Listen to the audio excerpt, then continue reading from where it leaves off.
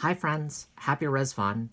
My name is Ron Lapitan, joining you from Fairfax, Virginia. And for this portion, in honor of Ridvan, we're going to do some drawing tutorials. So grab a piece of paper, something to draw with, like a pen or a pencil, and some colors, and let's get drawing. So in this drawing tutorial, we're going to learn how to draw a rose. Now, the basic thing to know about roses is that you're using this shape a lot, which is the shape of a petal.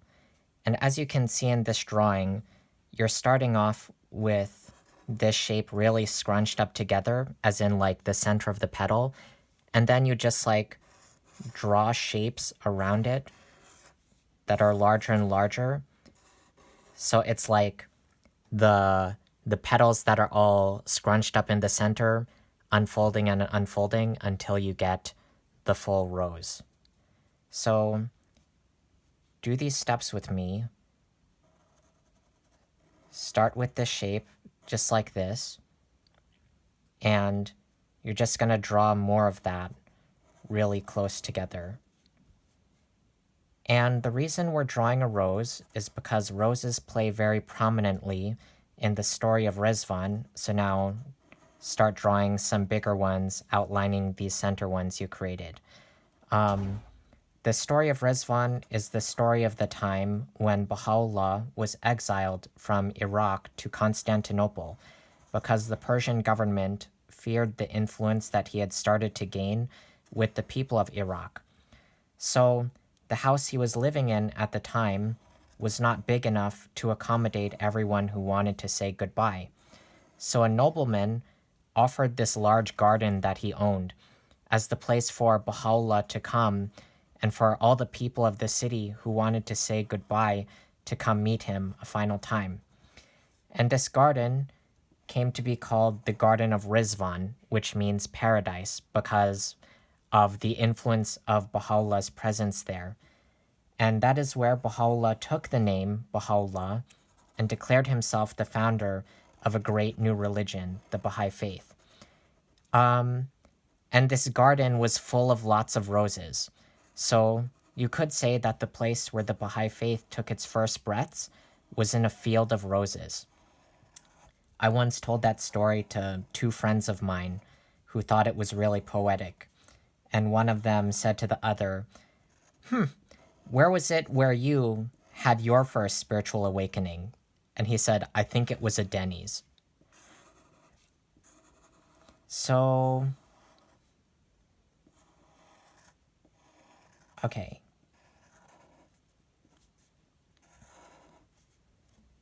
So you have your basic rose here now, and do this to make the petals.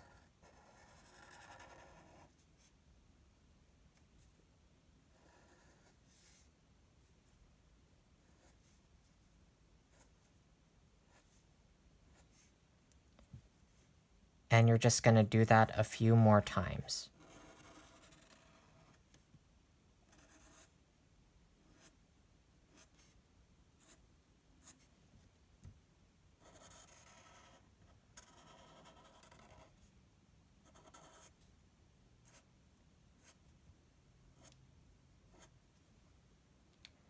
Okay, so there's our rose, and now let's color it in. So I'm going to be using crayons. One way to make your coloring look really neat when you're using crayons is, rather than just like starting and doing this on the whole thing, start by outlining the shape you want to color in, and then after that, color in the inside a bit more lightly, like this.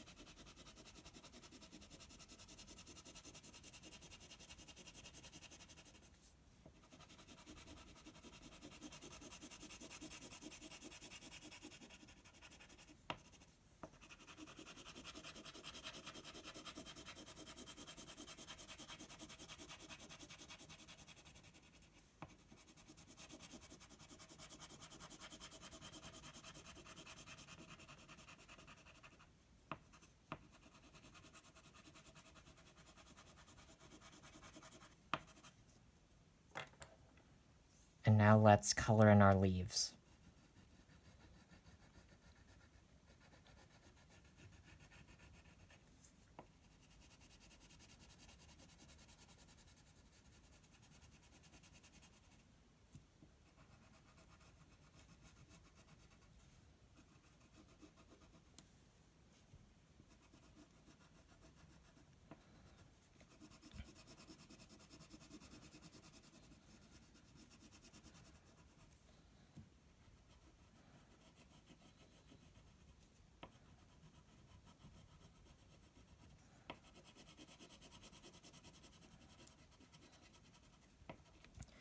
All right, team. So that's our rose. How did your rose turn out? Was it as good as you expected? Not as good as you expected?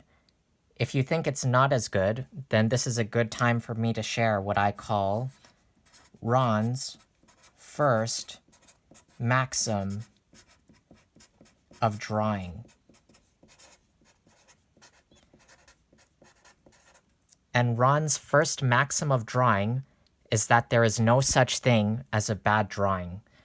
I think when people draw a picture and they call themselves a bad artist for it or say that they're not good at drawing, it just means they need a little more practice at it and they're just not good at it the first time they try it, which is okay.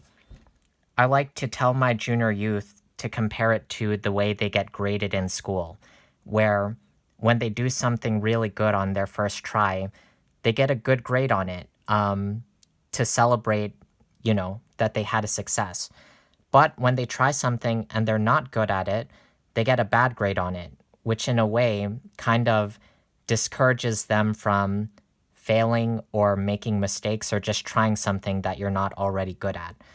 For drawing, I think you should just unlearn that system, recognizing that we learn as much from our mistakes and when things don't go the way we want as much as we do our successes, if not more.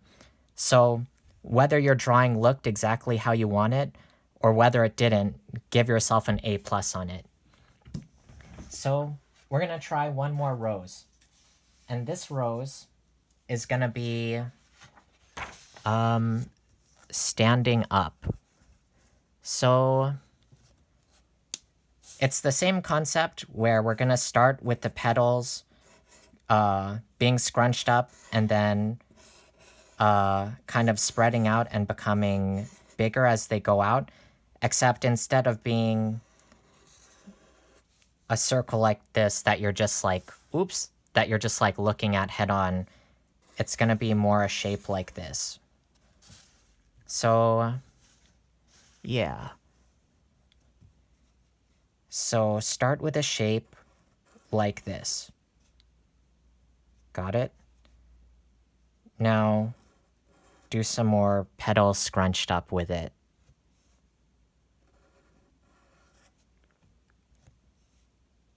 And now you can just like add on like this.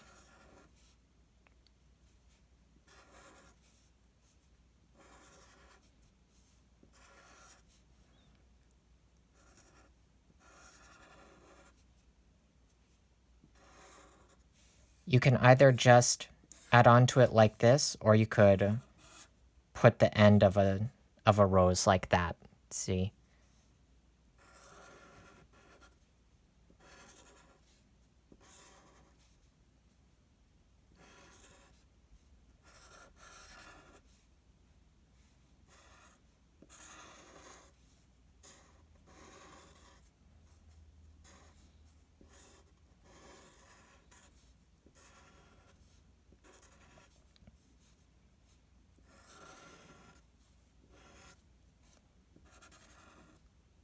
Another tip I make to artists is if you make a mistake, just don't tell anyone you made a mistake. Because it doesn't actually look like a mistake to someone else until you say, oh, I shouldn't have done that. But if you don't say that, everyone will just think, wow, he's a really good artist. Yeah, sorry. So once you draw your shape like this, you'll want to draw a bulb like this, which is what I started doing.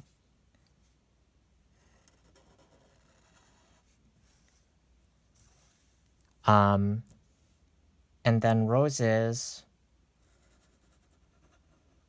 have leaves like this, connecting to the bulb.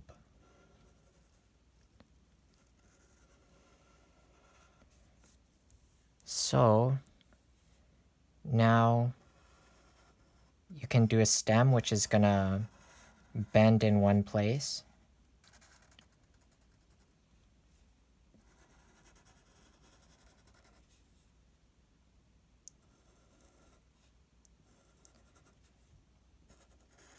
And just to make it more interesting to look at, you'll want to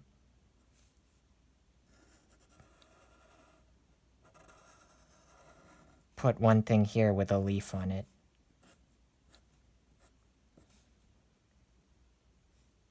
And if you want, you can add one on this side too.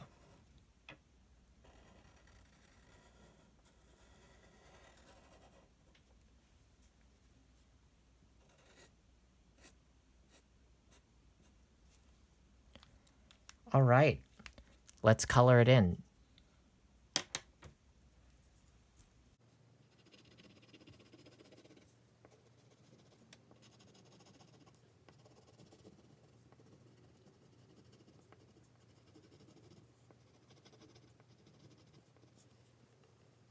Yep, so there's our outline.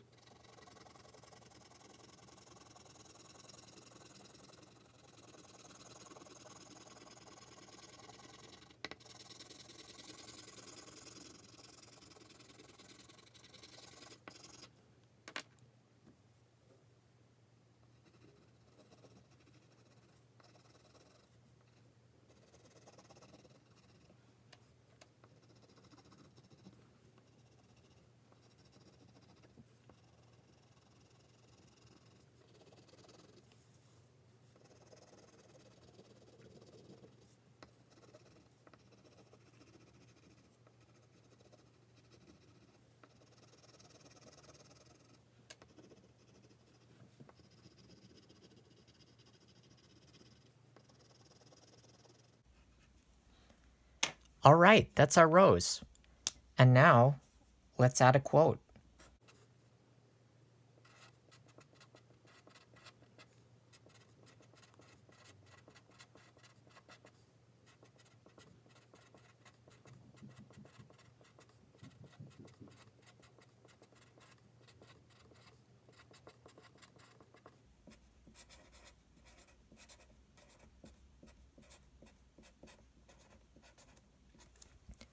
Ta-da!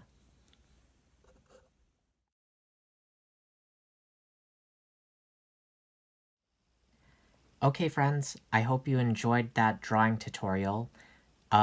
Stay safe as much as you can, stay home, and have a happy Ridvan. Bye!